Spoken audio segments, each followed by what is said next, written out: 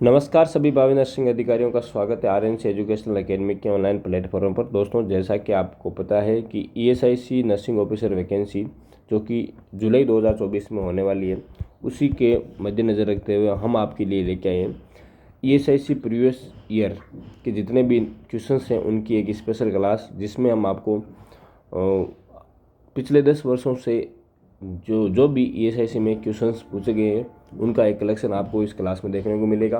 दोस्तों, जो क्लास का मुख्य उद्देश्य वो रहेगा कि आपको पता लग जाए कि जो ईएसआईसी का जो पेपर पैटर्न है वो क्या रहता है और ईएसआईसी के जो पेपर का लेवल है वो किस प्रकार से आपको देखने को मिलेगा उसके बारे में। तो दोस्तों, अगर आप हमारे इस यूट्यूब चैनल पर नए हैं तो चैनल को सब्सक्राइब जरूर कर लीजिएगा और बेल आइकन पर क्लिक करेगा बिल्कुल ना भूलें। अगर क्लास अच्छी लगे तो अपने फ्रेंड के साथ शेयर जरूर करें और कमेंट सेक्शन में जरूर बताएं कि आपके कितने क्वेश्चंस करेक्ट हो रहे हैं। बात करते हैं सबसे पहले फर्स्ट क्वेश्चन की। तो फर्स्ट क्वेश्चन को जिस प्रकार है, phototherapy is use to treat option A anaemia, option B tetany, option C neonatal jaundice और option D cyanosis.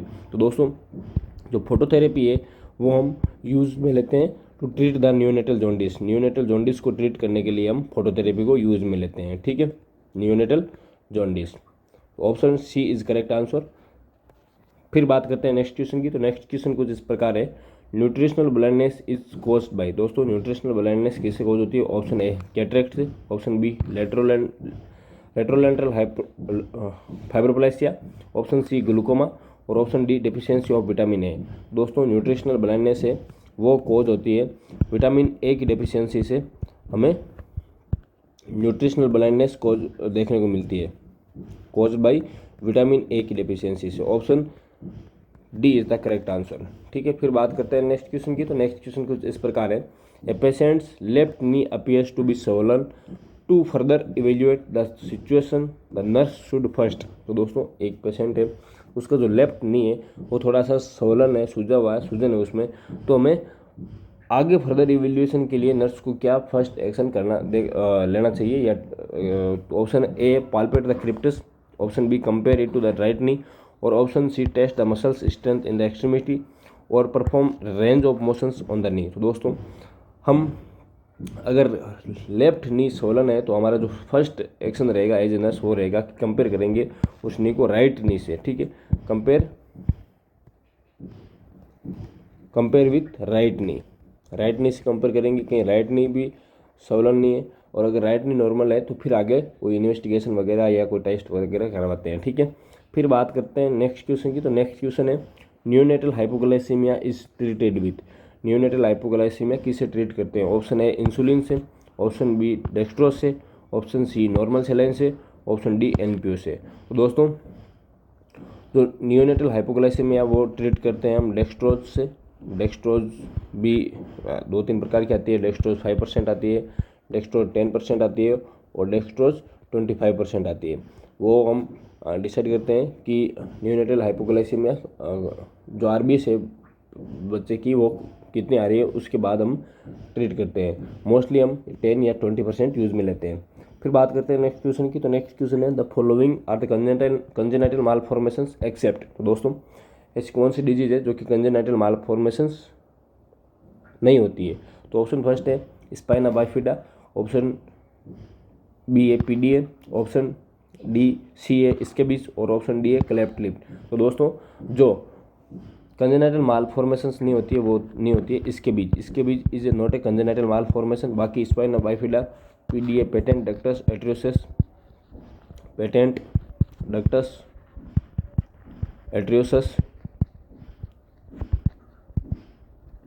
And cleft lip are the both, तीनों ही ये कंजेनाइटल मालफॉर्मेशन है, जबकि इसके बीच एक कंजेनाइटल मालफॉर्मेशन नहीं है। तो करेक्ट आंसर इज सी।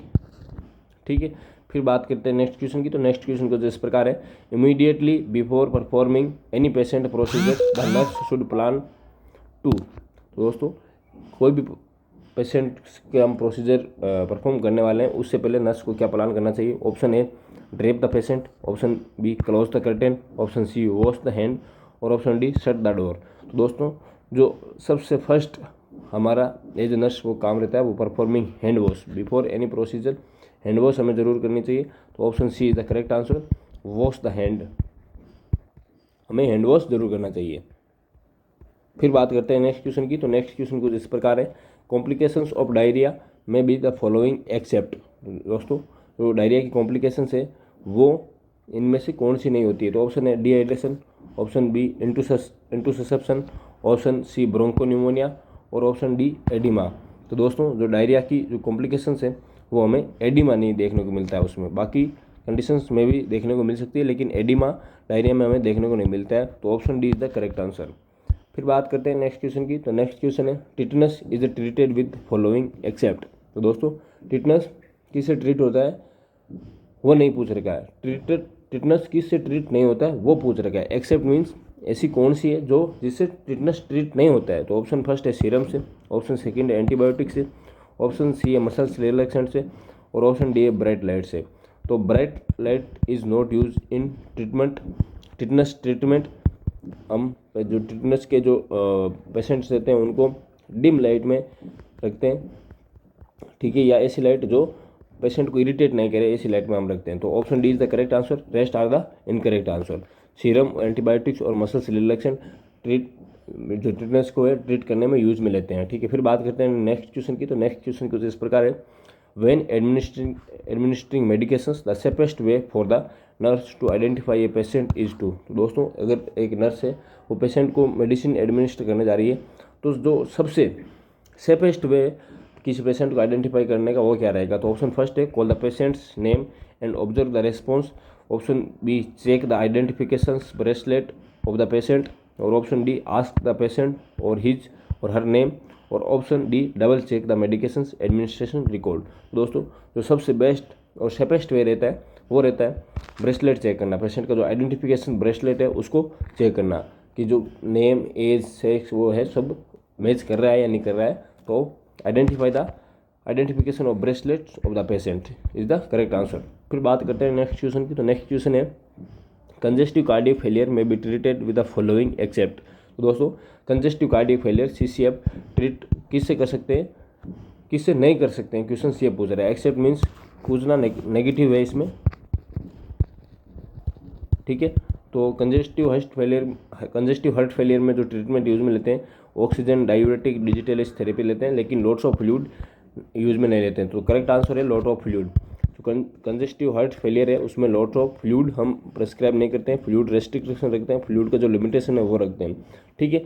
फिर बात करते हैं नेक्स्ट क्वेश्चन की। तो नेक्स्ट क्वेश्चन कुछ इस प्रकार है, the following signs are assessed by the Apgar score except. तो दोस्तों ऐसे कौन से साइन है जो कि अबकार में हम असेस करते हैं एक्सेप्ट।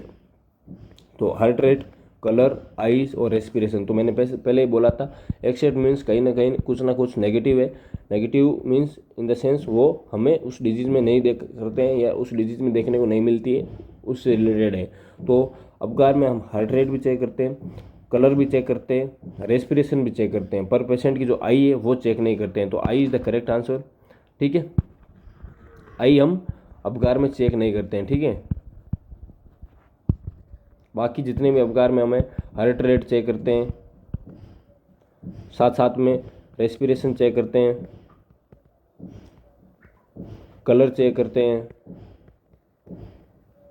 और उसकी वो क्राइंग वो भी चेक करते हैं कि ये सारे हम अबकार में देखते हैं जबकि आई नहीं देखते हैं, ठीक है। फिर next question, in the treatment of tuberculosis following drug are used except. तो दोस्तों एक्सेप्ट फिर आ गया तो मीन्स कहीं ना कहीं नेगेटिव हमें देखने को मिलती है या ये कंडीशन किसी डिजीज़ में हमें नहीं करनी रहती है। तो दोस्तों कौन सी ड्रग है वो हम टीबी में यूज़ में लेते हैं, टीबी के ट्रीटमेंट में यूज़ करते हैं, लेकिन एक ड्रग ऐसी है जो कि टीबी के ट्रीटमेंट में हम यूज़ नहीं करते हैं। तो ऑप्शन फर्स्ट है इथाम्बुटोल, रिफाम्पिसिन और आइसोनियाजिड और पेनिसिलिन। तो दोस्तों आपको पता है कि जो पेनिसिलिन है वो टीबी के ट्रीटमेंट में यूज़ नहीं लेते हैं, not use in TB treatment, ठीक है। बाकी जितनी भी ड्रग है इथाम्बुटोल, रिफाम्पिसिन, साथ में और आइसोनियाजिड हम यूज में लेते हैं टीबी के ट्रीटमेंट में। ये और ये जितनी भी ड्रग है ये हम टीबी के ट्रीटमेंट में यूज लेते हैं, लेकिन जबकि पेनिसिलिन हम यूज में नहीं लेते हैं। तो option D is correct answer, penicillin is correct answer. फिर बात करते हैं नेक्स्ट क्वेश्चन की। तो नेक्स्ट क्वेश्चन है the most appropriate time to collect sputum specimen for a patient. दोस्तों किसी पेशेंट का हम स्पूटम कलेक्शन करना तो जो मोस्ट स्पेसिफिक टाइम है वो क्या रहेगा, तो ऑप्शन फर्स्ट है before meals, option B after meals, option C on awakening और ऑप्शन डी आफ्टर एक्टिविटी।